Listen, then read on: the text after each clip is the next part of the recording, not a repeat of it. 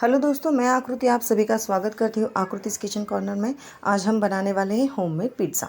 वैसे ये पिज़्ज़ा जो है उसे मैंने टोटली घर पे बनाया है, इंक्लूडिंग इट्स बेस। तो उसका बेस भी हमने बहुत ही हेल्दी तरीके से घर पे बनाया है। तो बनाना कैसा है, यहाँ पर हमने ले ली है एक प्लेट और उस प्लेट में हमने रख दी है छन्नी। उसके अंदर ये जो कटोरी आप देख रहे हो उतना 2 कटोरी भर के मैंने डाल दिया है गेहूँ का आटा, और उसी के साथ आधी कटोरी मैंने यहाँ पर डाल दिया है मैदा।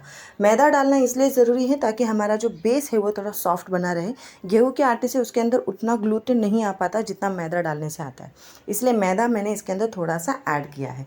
आप चाहे तो उसे टोटली स्किप भी कर सकते हैं। तो यहाँ पर इसे अच्छी तरीके से छान लेंगे। छानने के बाद यहाँ पर हमने आइसिंग शुगर का इस्तेमाल किया है। वैसे मेरे पास एक घर पे पड़ा हुआ था। अगर आप के पास आइसिंग शुगर नहीं है तो जो घर पे नॉर्मल चीनी होती है ना, आप उसका भी इस्तेमाल कर सकते हैं, लेकिन पीसी हुई चीनी अगर हो तो बहुत जल्दी से वो मेल्ट हो जाएगी, बस इसीलिए। साथ ही साथ मैंने यहाँ पर डाल दिया है स्वाद के अनुसार नमक। और नमक डालने के बाद हम क्या करेंगे, ये जो ड्राई इंग्रेडिएंट्स हैं उन्हें अच्छी तरीके से कर लेंगे मिक्स। तो जो सारे ड्राई इंग्रेडिएंट्स हैं उनको अच्छे तरीके से मिक्स करने के बाद अब हमें इसके अंदर ऐड करना है ईस्ट। तो यहाँ पर देखिए आप एक्टिवेटेड या फिर एक्टिव ड्राई ईस्ट का मैंने इस्तेमाल किया है। किसी भी ब्रांड का इस्तेमाल कर सकते हैं आप, मैं किसी ब्रांड को रेकमेंड नहीं कर रही। और उसी के साथ मैंने 1 चम्मच भर के ड्राई ईस्ट डाल दिया है। अब हमें इसे कर लेना है मिक्स। ईस्ट डालने के बहुत सारे तरीके हैं, उसमें से ये भी एक तरीका है। अभी ईस्ट डाल दिया, अभी इसके बाद हम इसके अंदर डाल देंगे थोड़ा सा दूध, लगभग आधे कप के करीब। आप चाहिए तो इसे पूरी तरीके से दूध में भी गूंथ सकते हैं, डिपेंड्स ऑन यू। वैसे मैंने यहाँ पर आधा कप दूध डाला है और उसके बाद मैंने जो घर का नॉर्मल पानी होता है उससे इसका एक सॉफ्ट सा डो लगा के रख दिया है। वैसे दोस्तों एक बात आपको बता दूं, ये जो ब्रेड या फिर जो पिज़्ज़ा बेस या फिर लादी पाव, ये जो सारे बेकिंग वाले आइटम्स होते हैं उसमें सबसे ज़्यादा मशक्क़त करने का काम होता है आटा लगाना और उसको गूँथना। सबसे ज़्यादा इम्पॉर्टेंट चीज़, आप जितने अच्छी तरीके से उसका आटा गूँथेंगे, जितने अच्छी तरीके से उसको पटक पटक के गूँथेंगे ना, उतना ही आपका जो ब्रेड है या फिर जो पाव बना रहे हैं या फिर जो आप बेस बना रहे हैं ना पिज़्ज़ा का, वो बिल्कुल सॉफ्ट बनेगा। अभी आप देखेंगे वीडियो में कि मैं किस तरीके से इसे प्लेट में पटक पटक के उसको गूँथ रही हूँ। नॉर्मली जो बेकर्स होते हैं वो इसे डायरेक्टली किचन प्लेटफॉर्म पे गूँथते हैं, लेकिन मैंने इसको ऐसे पटक पटक के प्लेट में ही गूँथ लिया है। और बाद में जब ये अच्छे तरीके से गूँथ जाए तब लगभग 1 बड़ा चम्मच भर के मैंने इसमें डाल दिया है ऑयल, और इसको फिर से वही पटकने का प्रोसेस। आप बीच बीच में ऑयल ऐड कर सकते हैं अगर ये आपके हाथ में चिपक रहा है तो। एक टाइम आएगा जब ये आपके हाथ में नहीं चिपकेगा, लेकिन हाँ इसमें पटकना बहुत ज़्यादा ज़रूरी है। बिल्कुल पटक पटक के उसको, मतलब ठोक ठोक के हमें ये जो ब्रेड का बेस है उसका आटा लगाना है। आप देख सकते हैं कि मैं किस तरीके से प्लेट में उसको पटक रही हूँ। सबसे ज़्यादा इम्पॉर्टेंट जो आपकी ट्रिक है ताकि आपका जो बेस है वो एकदम सॉफ्ट बना रहे और एकदम फ्लफ़ी सा जालीदार बने। ये हो जाने के बाद हम उसे एक अच्छी तरीके से पेड़ा बना लेंगे। जो पूरा आटा है उसको एक साथ कर लेंगे। आप देख सकते हैं कि किस तरीके से मैं नीचे की साइड उसे टक इन कर रही हूँ, और फिर हाथों में हल्का सा ऑयल लगा लेंगे। और ये देखिए एक बड़ा सा पेड़ा बना करके मैंने कर दिया है रेडी। अब हम इसे रखेंगे प्रूफिंग के लिए। प्रूफिंग के लिए मैंने यहाँ पर एक छोटे सा कुकर है मेरे पास, उसका इस्तेमाल किया है। आप किसी भी डब्बे में, कटोरी में, बाउल में, किसी भी चीज़ में उसको रख सकते हैं। तो मैंने कुकर का इस्तेमाल किया, उसके अंदर हल्का सा ऑयल ग्रीस किया। ऊपर से भी हमें हल्के हाथ से ऑयल लगाना है और इसे ढक करके रख देना है। वैसे समर सीज़न है ना, तो ये बहुत जल्दी प्रूफ होता है। 1-2 घंटे के लिए अगर आप इसको रख देंगे तो अच्छी तरीके से प्रूफ हो जाएगा। जब तक ये प्रूफ हो रहा है यानी वो राइस हो रहा है, तब तक हम बेसिक सिंपल जो है उसकी फिलिंग बना लेते हैं जो मैं पिज़्ज़ा में डालने वाली हूँ। जैसे मैंने आपको बताया कि बहुत सिंपल सा पिज़्ज़ा बनने वाला है। मैंने इसके अंदर खाली पनीर का इस्तेमाल किया क्योंकि मेरे बच्चों को पनीर काफ़ी पसंद है। तो यहाँ पर मैंने कढ़ाई में 1 बड़ा चम्मच भर के लगभग सॉल्टेड बटर जो होता है, अमूल का बटर, वो इस्तेमाल किया है। और इसके अंदर 250 ग्राम पनीर को हम हल्का सा सॉटे कर लेंगे। इसके अंदर नमक डालने की या फिर अलग से सीजनिंग डालने की ज़रूरत नहीं है, बिकॉज जो बटर मैंने इस्तेमाल किया था वो सॉल्टेड बटर था। सॉल्टेड बटर होने की वजह से मेरा ये जो पनीर है वो ऑटोमेटिकली सीज़न हो जाएगा, तो उसके अंदर अलग से मैं कुछ भी नहीं ऐड कर रही हूँ। बस तब तक हमें इसको सॉटे करना है जब तक कि इसके ऊपर अच्छा सा एक गोल्डन कलर ना आ जाए। और इसको लगातार चलाते हुए लो टू मीडियम फ्लेम पर हम इसको सॉटे कर लेंगे। बहुत ज़्यादा हाई फ्लेम पे नहीं करना है वरना पनीर जल जाएगा। आप देख सकते हो कि उसके ऊपर हल्के हल्के मार्क्स आ गए, ब्राउनिश शेड आ गया, तो मैंने उसको कढ़ाई से हटा दिया और उसको ठंडा कर लिया। अभी सेम कढ़ाई में हम उसकी फिलिंग बनाएंगे। फिलिंग बनाने के लिए कुछ ज़्यादा तामझाम करने की ज़रूरत नहीं है। आप सच में ये इमेजिन कर पाओगे कि मैंने इसे कितना सिंपल तरीके से बनाया है। तो यहाँ पर मैंने सेम कढ़ाई का इस्तेमाल किया है और उसमें हमने डाल दिया है लगभग 2 बड़े चम्मच ऑयल। ऑयल डालने के बाद जैसे ही ऑयल गर्म हो जाए, बहुत ही बेसिक सी सब्ज़ी हमने डाली है, तो सबसे पहले मैंने यहाँ पर डाल दिया है प्याज। एक्चुअली ऐसा कुछ करने की ज़रूरत नहीं है, लेकिन बच्चे ना कभी कभी वो प्याज या फिर टोमेटो उसको हटा देते, शिमला मिर्च खाते नहीं हैं। सब्जियाँ खिलाना बच्चों का सबसे बड़ा टास्क है, तो इसलिए पका के उसको एकदम अच्छी तरीके से सॉसी बनाएंगे ना, तो फिर बच्चे बहुत आराम से खा लेते हैं।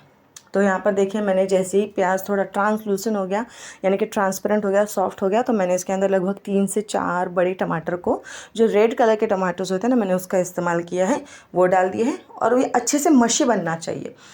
देन उसके बाद ये जल्दी से पिघल जाए, टोमेटोस जल्दी से सॉफ्ट हो जाए, ऑनियन भी सॉफ्ट हो जाए, इसलिए मैंने यहाँ पर जितना नमक चाहिए, जो हम सब्ज़ी बना रहे उसके लिए जितना भी चाहिए उसके अकॉर्डिंगली वो अभी डाल दिया है, क्योंकि इसके बाद हम दोबारा इसके अंदर नमक ऐड नहीं करेंगे।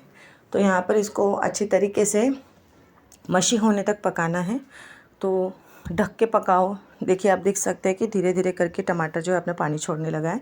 साथ ही साथ मैंने इसके अंदर कद्दूकस किया हुआ गाजर डाला है। मेरे पास फ़िलहाल इतनी ही सब्जियां थी, तो मैंने इतनी ही डाल दी।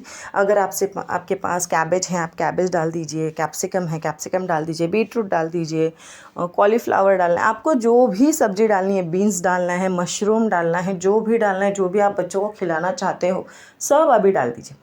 अच्छी तरीके से इसको कुक कर लेना है, बिल्कुल भी कच्चापन इसके अंदर नहीं रहना चाहिए। बच्चों के लिए, बड़ों के लिए बना रहे हैं तो फिर आप ऐसे ही ऊपर से डाल सकते हैं कच्चे वेजिटेबल्स, क्योंकि अल्टीमेटली बेक होते हुए पक ही जाते हैं।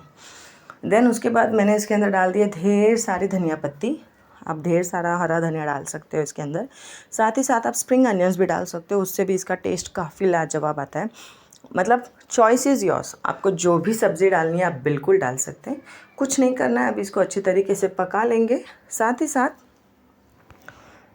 मैंने इसे थोड़ा इंडियन टच भी दिया है। वैसे आपको चॉइस दे रही हूँ कि आप क्या डालना चाहोगे। मैंने इसे इंडियन टच कैसे दिया है, हमारे जो घर के बेसिक मसाले होते हैं ना, क्योंकि इसके अंदर सिवाय नमक के मैंने और कुछ भी नहीं डाला है, तो उसको थोड़ा सा टेम्पटिंग बनाने के लिए मैंने उसके अंदर थोड़ी सी हल्दी पाउडर डाल दिया है और बस थोड़ा सा लाल मिर्च पाउडर डाल दिया है। अगर आप इसको स्किप करना चाहो तो बिल्कुल कर सकते हो। आप इसकी जगह पे मैगी मसाला डाल सकते हो, फिर स्मिथ एंड जॉन्स का पास्ता में मसाला आता है वो डाल सकते हो, जो भी आपको पसंद है आप उसे डाल सकते हो। मैंने बस हल्दी पाउडर और लाल मिर्च पाउडर डाल दिया है, उसको अच्छे से मिक्स कर देना है। और जैसे ही आपको लगे कि ऑयल रिलीज़ हो रहा है आपकी सब्ज़ी से, तो बस आपको गैस का जो फ्लेम है वो बंद करके उसको हटा देना है। अभी आप देख सकते हो कि कितनी कलरफुल दिख रहा है ना। तो बस अभी हमारा ये पक के रेडी हो गया। अब इसको ढक के साइड रख देंगे। तो चलिए देखते हैं हमारा आटा कितना प्रूफ हो गया। तो ये देखिए, मैंने कुकर ओपन कर दिया और हमारा आटा देखिए काफ़ी अच्छी तरीके से प्रूफ हो गया, बहुत अच्छी तरीके से फूल हो गया, फर्मेंट हो गया, बहुत अच्छे से ऊपर तक आ गया। तो अब एक इसको पंच लगाने के बाद आप देख सकते हो कितने अच्छी तरीके से पूरा वापस अंदर चला जाएगा। अगर आपको लगता है कि आपका आटा काफ़ी गीला गीला सा है, स्टिकी स्टिकी सा है, आप उसको हैंडल नहीं कर पा रहे हो, जैसे कोई बिगनर होता है ना, तो उनके लिए थोड़ा मुश्किल होता है इसे हैंडल करना, तो आप इसके अंदर हल्का सा सूखा आटा ऐड कर लीजिए। लगभग 1 मुट्ठी के करीब सूखा आटा ऐड कर लीजिए, ताकि आपको हैंडल करने में आसानी हो, आप उसको आसानी से हैंडल कर सकें। अभी यहाँ पर ये प्रूफ आटे निकालने के बाद हमें इसे एक बार फिर से गूँथना है।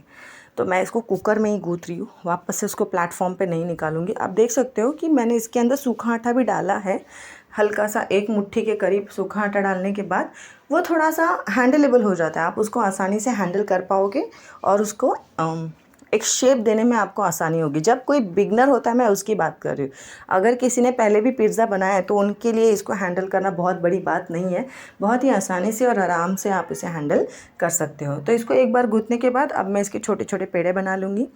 अब यहाँ पर मैंने एक स्टील की प्लेट ली है। बहुत सारे लोगों को ये परेशानी होती है कि मेरे पास ओवन नहीं है, मेरे पास बेकिंग ट्रे नहीं है, तो हम उसे कैसे करें। मैं आपको बताऊंगी ना कि होममेड ओवन कैसे बनाते हैं। तो यहाँ पर मैंने एक स्टील की प्लेट ली है, उसके ऊपर हल्का सा ऑयल लगाया और उसके ऊपर मैंने बटर पेपर रख दिया। अगर आपके पास बटर पेपर नहीं है तो ऑयल लगाने के बाद आप उसके ऊपर हल्का सा सूखा आटा डस्ट कर लीजिए, चारों तरफ फैला लीजिए और फिर उसके बाद एक पेड़ा लेंगे बेस बनाने के लिए, और जो भी आपकी प्लेट है उसके शेप के अकॉर्डिंगली आप उसको पूरी तरीके से फैला लेंगे। हाथों से ही फैलाना है, बेलने की ज़रूरत नहीं है, हाथों से हम उसको फैला देंगे। और ये देखिए, हाथों से हमें उसको इवनली फैलाना है, एकदम पतला नहीं, हल्का मोटा होना चाहिए। आप देख सकते हो, आपको पता है कि पिज़्ज़े के जो नीचे का ब्रेड होता है वो एकदम पतला नहीं होता है, थोड़ा सा मोटा होता है, ठीक है। तो उतना मोटा यानी लगभग आधे इंच के करीब होना चाहिए, और हम उसको हाथ से एकदम अच्छी तरीके से फ्लैट कर लेंगे। और फिर उसके बाद ये बेकिंग करते वक्त फूले ना, इसलिए हमें क्या करना है, तो जो फोक होता है या फिर नाइफ आप किसी का भी इस्तेमाल कर सकते हो, और उसको पूरे जो बेस है उसको प्रिक करना है चारों तरफ से, ताकि वो फूले ना, नहीं तो वो फूल के गुब्बारे की तरह हो जाएगा। और फिर उसके बाद हमने जो इंडियन देसी तड़का वाली जो हमारी सब्ज़ी बनाई है वो डाल देंगे। उसी के साथ साथ इसके अंदर कोई पिज़्ज़ा सॉस मैंने इस्तेमाल नहीं किया है, बहुत ही नॉर्मल बेसिक सॉस का इस्तेमाल किया है, जो हम लोग टोमेटो केचप यूज़ करते हैं घर पर रेगुलर वाला। मैंने वो वाला टोमेटो केचप लिया है, और उसी के साथ साथ मैंने मेयोनीज़ भी डाल दिया है। अभी मेयोनीज़ बच्चे बड़े चाव से खाते हैं, टोटली ऑप्शनल है, लेकिन अगर डालेंगे ना तो बहुत ही अच्छा और टेम्पटिंग टेस्ट आता है उसका, एकदम चीज़ी वाला। तो मैंने मेयोनीज़ भी डाल दिया, दोनों भी लगभग 1 बड़ा चम्मच के करीब, 1 बड़ा चम्मच टोमेटो केचप, 1 बड़ा चम्मच मेयोनीज़। अगर आप चाहो तो चीज़ स्प्रेड भी आता है, लिक्विड चीज़ स्प्रेड, आप उसका भी इस्तेमाल कर सकते हो, किसी भी ग्रॉसरी स्टोर के में बहुत ही आसानी से अवेलेबल होता है। डाल दिया। अभी मिक्स पूरा अच्छी तरीके से मिक्स करना है, ताकि वो जो सब्ज़ी है उसके अंदर सॉस इतनी अच्छी तरीके से मिक्स हो जाए कि बच्चों को पता ही ना चला कि सब्ज़ी कहाँ पर है और सॉस कहाँ पर है। अच्छी तरीके से मिक्स करने के बाद आप इसके ऊपर कोई भी टॉपिंग रख सकते हो। अब यहाँ पर मैंने शिमला मिर्च नहीं डाली है, आपके पास अगर शिमला मिर्च है तो आप ऊपर से डाल दीजिए। आपके बच्चे अगर खाना पसंद करते तो ऊपर से उसको सजा दीजिए, टोमेटो डाल के, ऑनियन डाल के, एलोपिनोस डालना है, ब्लैक ऑलिव्स डालना है। मैंने यहाँ पर इसको सिंपल रखा है, पनीर डाल दिया है। पनीर डालने के बाद हमारे पास जो पिज़्ज़ा सीजनिंग होती है वो हमने इस्तेमाल किया, ड्राई हर्ब्स। आप पिज़्ज़ा जब बाहर से घर पे मंगाते हो तो उसके साथ भी आता है ओरेगैनो वगैरह, तो यहाँ वही पर आप मैंने यहाँ चिली पर फ्लेक्स भी स्प्रिंकल डाल कर सकते दिया हो। है। आप मैंने एक्चुअली यहाँ इसके ऊपर पिज़्ज़ा का जो ये होता है चीज़ होता है उसको भी ग्रेट करके डाला था, बट वो शूट नहीं हो पाया, आई गेस कैमरा बंद था। तो अभी चलिए हम देखते हैं कि हमारा होममेड ओवन कैसा है। तो यहाँ पर देखिए मैंने बड़ी सी कढ़ाई में आधा किलो नमक डाल दिया है, उसके ऊपर एक वायर स्टैंड रख दिया है, ताकि हमारा जो नमक है वो इवनली हीट हो और उसकी जो हीट है वो डायरेक्टली हमारे पिज़्ज़ा पे ना लगे। फिर हमने उसके ऊपर पिज़्ज़ा रख दिया और हमें उसे ढक देना है। ढक के कम से कम 15 से 20 मिनट लो फ्लेम पे पकाना है। इसके ऊपर जो हमने ये लॉक कर दिया था उसका सील, उसको ओपन कर देंगे। जब तक चीज़ मेल्ट नहीं होता तब तक हमें उसे पकाना है। तो देखा ना आपने कितना आसान है होममेड पनीर पिज़्ज़ा बनाना। एकदम बेसिक इंग्रेडिएंट्स है, बना करके मुझे कमेंट करके